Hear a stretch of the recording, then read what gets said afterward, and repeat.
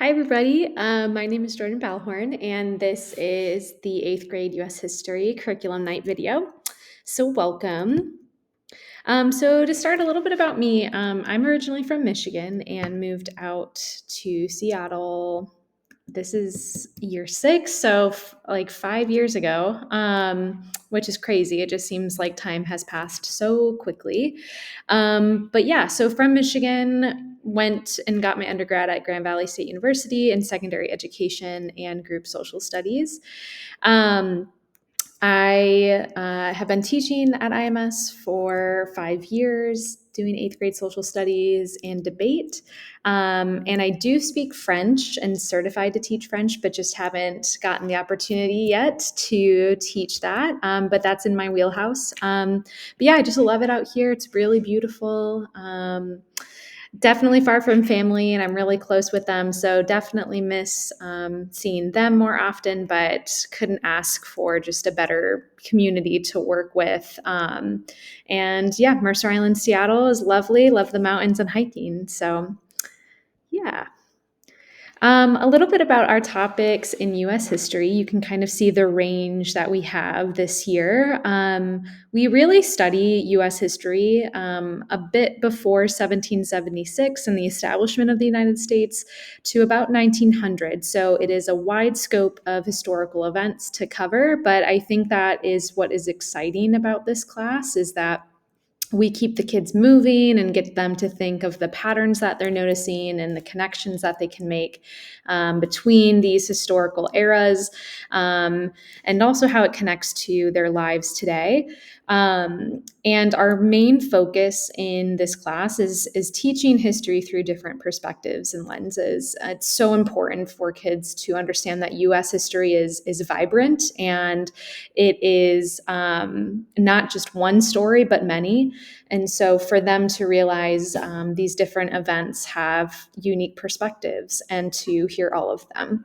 You can see here that right now in the September, October range, we're looking at colonial development, so exploration, interactions with indigenous people, and then we'll get into the American Revolution and the establishment of the United States. Because this year is unique with the presidential election. When we get into the creation of the US Constitution and government, we will spend some time talking about the election and current events. So, as much as possible, we will be incorporating that. So why we work, I think it's so important to have great conversations with kids about history. And history is tough because it's one of those subject areas that people might not appreciate until they're older. And so for kids, for 8th graders especially, to realize like why is it important to study history, um, is part of what I try to communicate to them. So to get them to think deeper about the context of issues. So why do we live the way that we live right now? And how does that make them more informed when in 4 short years they're going to be voting and be active citizens in the community? And so that they have an awareness of people's different paths in life, thinking about justice and equity and access. How do they grapple with that, knowing that not everyone has the same experiences as them, and certainly when we look back on history, the story of the US is so diverse. And so when we look at those multiple perspectives, we need to think about like, how does that impact the way that we live today?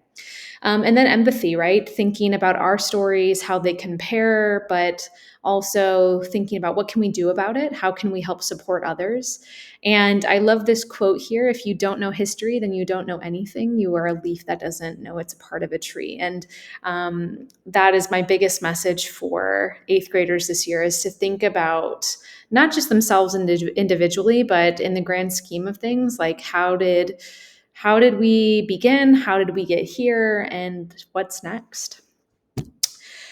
So how we work in this class, students will be working in groups, but also individually. They will be creating visuals to demonstrate comprehension. They will develop their reading and writing skills. We will read and write quite frequently. But we will often give students a lot of choice in terms of what they read or how they learn something or how they show their best learning. And they do wrestle with complicated topics that require a lot of processing time and effort. So just be aware that we definitely don't shy away from the bad parts of history, and we also try to uplift those positive moments as well. In this class, we use a lot of class technology. So you can see some of the apps that we use here.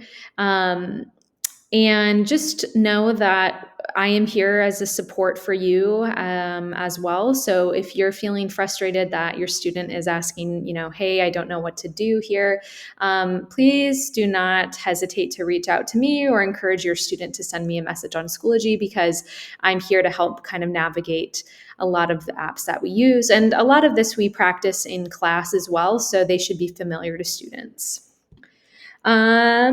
Tour of Schoology I will show you in a second, but you should know that like everything is posted on Schoology in terms of our materials. So if your student is ever absent, everything is posted online. I have weekly folders, daily folders, that is very transparent for what kind of work we do in class. And I think it helps when students might be gone or just need to review something. For standards-based grading, students know that whenever something is being assessed, there will be a proficiency scale. So rubrics that will show students exactly how to show their learning, and it also provides feedback for students. Please know that there are multiple opportunities for students to practice and to level up in social studies. So even if in some sort of evidence that your student shows, it most likely is not the last opportunity. They will have multiple opportunities to show that skill again, or by the end of the trimester. And when we think about behavior, we are going to be working with 8th graders this year to kind of establish those study habits that they'll need for life, and especially in high school. And so how do we build in those soft skills, coming to class prepared, checking due dates, engaging with the work? We'll have a lot of reflection on that, even though it's not specifically graded. But overall, I want you to know that grades reflect growth over time in this class, and I will take the most recent learning. So along with grading, students will have had several opportunities with a skill before something is assessed. And I want you to know that that story of the practice and what we've been doing in class is all posted on Schoology. So please, when you get a chance, take a moment to look at our Schoology page with your child and have them kind of show you where everything is so that you can kind of get used to seeing things. A lot of the feedback that I provide to students will be on Schoology, but where I document the evidence of like a student's skill will be on Cumulative. So we kind of have these two places that you're going to want to check. Students will receive feedback a lot, and we talk about it in class a lot. But I do provide a lot of time in class to work on assignments. So your students shouldn't come home with like a ton of homework from social studies. They will have time in class. And now that we've started Gator Time, they have that as well. For late work and redos, I do accept late work until the end of the unit. That's typically 2 or 3 weeks, unless a new practice opportunity is offered, which I will let the students know.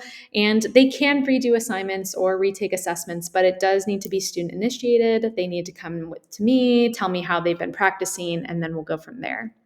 And again, like I said earlier, I take the most up-to-date knowledge. So if your student can show their understanding of that skill past the due date, I always accept that.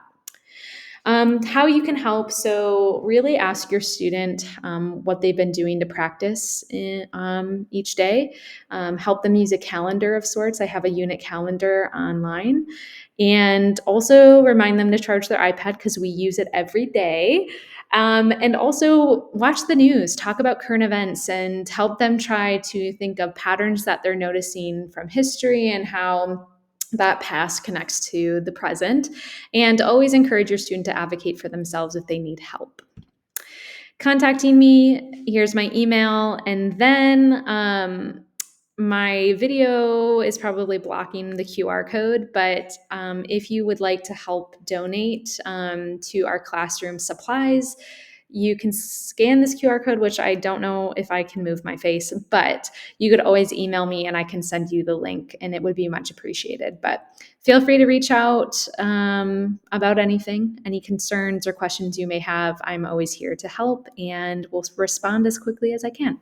So thank you so much. I appreciate our partnership this year, and I can't wait to have a great eighth grade year. Have a good night, everyone. Bye.